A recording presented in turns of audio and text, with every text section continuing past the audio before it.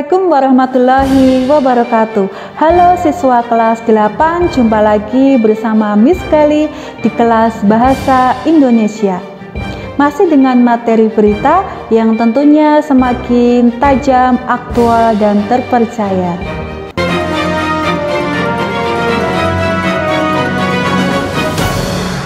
Pada pertemuan kali ini, kita akan membahas tentang struktur dan kaidah kebahasaan dalam sebuah teks berita. Struktur teks berita berupa piramida terbalik, yaitu terdiri dari kepala berita, tubuh berita, dan ekor berita. Kepala berita merupakan informasi yang paling penting, sedangkan tubuh berita berisi informasi yang penting. Dan yang terakhir, ekor berita berisi informasi yang kurang penting atau bisa juga berisi informasi tambahan. Kepala berita adalah pembukaan sebuah berita. Kepala berita berisi unsur-unsur berita, yaitu apa, di mana, kapan, siapa, mengapa, dan bagaimana.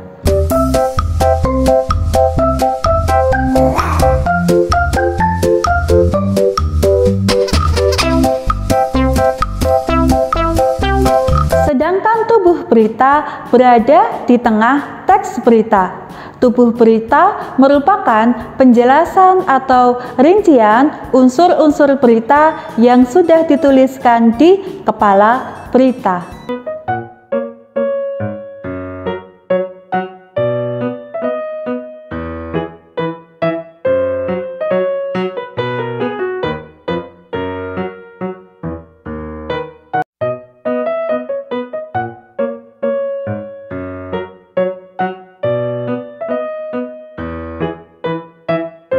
Ekor berita berada di bagian paling akhir dari sebuah teks berita. Ekor berita memuat informasi tambahan atau informasi yang kurang penting di dalam sebuah berita.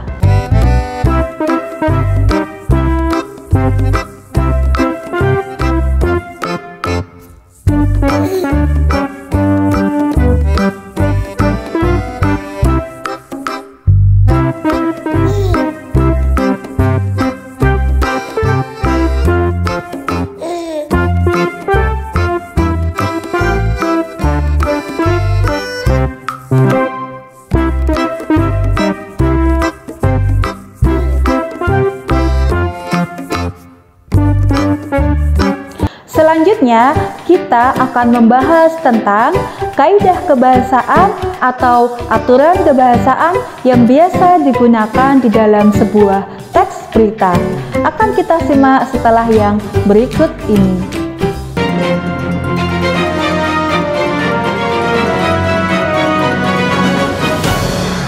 Ada 6 kaidah kebahasaan atau aturan kebahasaan yang biasa digunakan dalam sebuah teks berita. Yang pertama adalah menggunakan bahasa baku, yaitu bahasa Indonesia yang baik dan benar. Kenapa menggunakan bahasa baku? Supaya dapat dipahami oleh semua kalangan.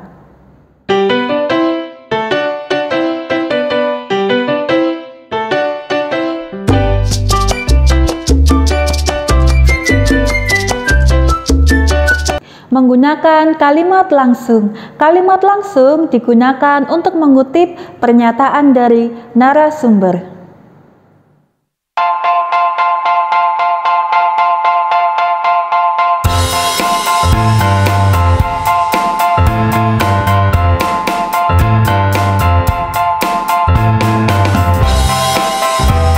Selanjutnya adalah menggunakan konjungsi bahwa. Konjungsi adalah kata hubung yang menghubungkan kata dengan kata, kalimat dengan kalimat, atau menghubungkan paragraf dengan paragraf selanjutnya. Konjungsi bahwa digunakan untuk mengubah kalimat langsung yang berupa pernyataan dari narasumber menjadi kalimat tidak langsung.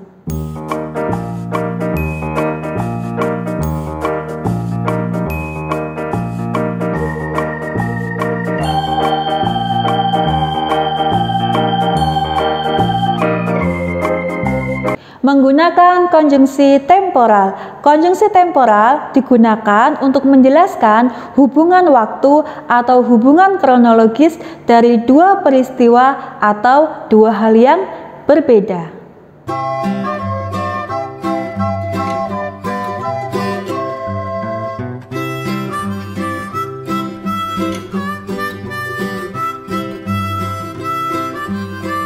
Menggunakan kata kerja mental.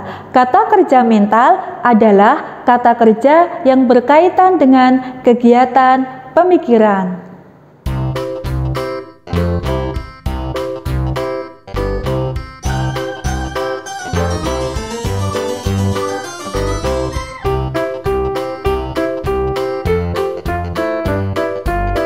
Menggunakan keterangan waktu dan tempat. Keterangan waktu dan tempat digunakan untuk mengisi unsur kapan dan di mana.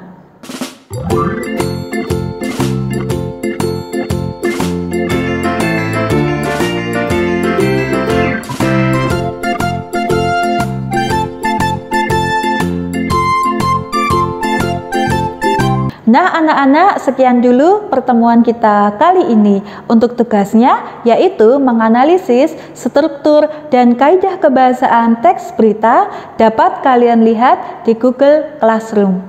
Sampai jumpa, terima kasih atas perhatiannya, semoga selalu sehat walafiat. Wassalamualaikum warahmatullahi wabarakatuh.